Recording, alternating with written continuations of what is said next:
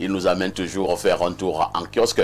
TVB, que disent les journaux? El Perfecto, les journaux qui sont disponibles en kiosque ce matin parlent abondamment de religion et nous ouvrons donc cette revue de presse avec le journal Cameroun Tribune. Le quotidien à capitaux publics que gère Marie-Claire Nana s'intéresse donc à cette coopération et ses rapports entre le Cameroun et le Vatican. Le pape arrive, c'est bien sûr l'information qui barre la une de ce journal qui nous précise que Léon XIV, qui effectuera une visite apostolique à Yaoundé, Bamenda et Douala du 15 au 18 avril prochain, répond à une invitation du président de la République Paul Biya. L'information a été donnée hier à travers un communiqué de presse par le ministre directeur du cabinet civil de la présidence de la République Samuel Mvondo Ayolo. Et déjà, l'annonce de ce 4e séjour papal suscite une grande allégresse au sein de la communauté nationale, d'après le constat qui est fait par Cameroun Tribune ce matin, de la page 2 à la page 4. Pape Léon XIV, priez pour nous, s'exclame le journal Mutation de Georges-Alain Boyomo. En visite au Cameroun du 15 au 18 avril, le souverain pontife va débarquer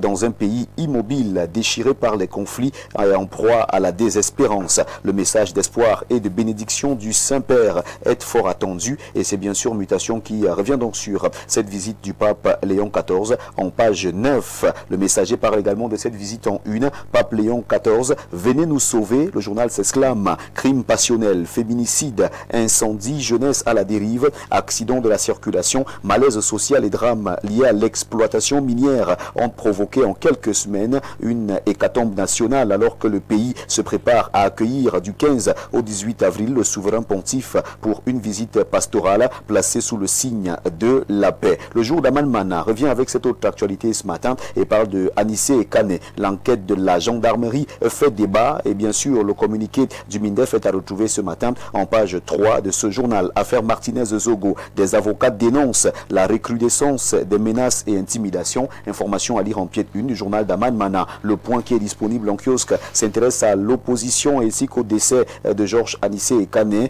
Autopsie, le verdict. Le communiqué du MINDEF est à retrouver en page 3 du journal Le Point. C'est bi-hebdomadaire d'analyse, d'enquête et d'information générale qui parle également de l'Association africaine de l'eau et de l'assainissement, congrès de Yaoundé, Camwater eau potable à flot. Ce journal revient donc sur l'organisation de cette rencontre qui s'est tenue ici même à Yaoundé. Il s'agit bien sûr de la du 23e congrès de l'Association africaine de l'eau et de l'assainissement. On en parle en page 7 du journal Le Point. Climat social s'intéresse à l'eau potable à Yaoundé. La Camwater passe à l'action. Yaoundé respire mieux grâce à l'action de la Camwater sous la direction éclairée du chef de l'État, son Excellence Paul Biya, et avec le soutien du ministre de l'eau et de l'énergie Gaston Lunou et Somba. La Camwater a lancé un projet ambitieux pour améliorer l'accès à l'eau potable pour des milliers d'habitants de la capitale camerounaise. Ce projet est présenté en page 2 du journal Climat Social. Le Comica destitue Miss Cameroun Josiane Golonga quand intimidation et silence mènent la danse. Information à lire en sommet 1 de Climat Social. Convergence parle ce matin du secteur de l'éducation de base et Tunzingwa, le véritable réformateur. Ces faits d'armes au ministère de l'éducation de base font l'unanimité et mettent en avant les pratiques scolaires allégées. La question du recrutement des enseignants de l'ordre du primaire et de la maternelle se fait dans les règles de l'art. D'autres chantiers qui contribuent à asseoir une éducation de base qui forme de bons produits sont mis en orbite. Et bien sûr en page 3 du journal de Blaise et Sengue, Convergence. Nous retrouvons à présent la République Presse de Timothée et Somba Bena qui s'intéresse à la géopolitique des ressources. Le Cameroun déploie son armure minière alors que le pays bascule officiellement dans le cercle restreint des producteurs miniers mondiaux avec une fortune souterraine estimée à 241 000 milliards de francs CFA. Le ministre par intérim des mines de l'industrie et du développement technologique, professeur Foucalistus Gentry, accélère la cadence.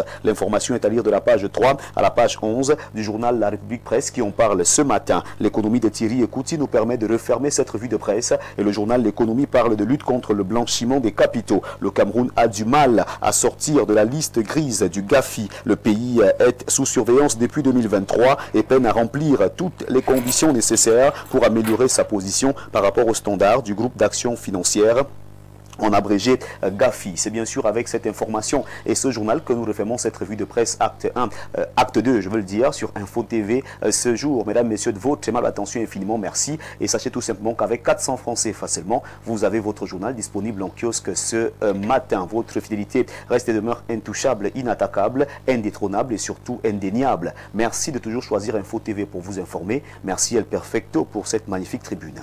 Merci, merci à vous TVB pour cette brillante revue La Presse. Nous nous disons à demain, 10h pour la dernière de la semaine. Dernier tournage. Exact. Nous restons avec les sorciers. Restez avec les sorciers. Le sang coule à flot oui. au Cameroun. De plus en plus.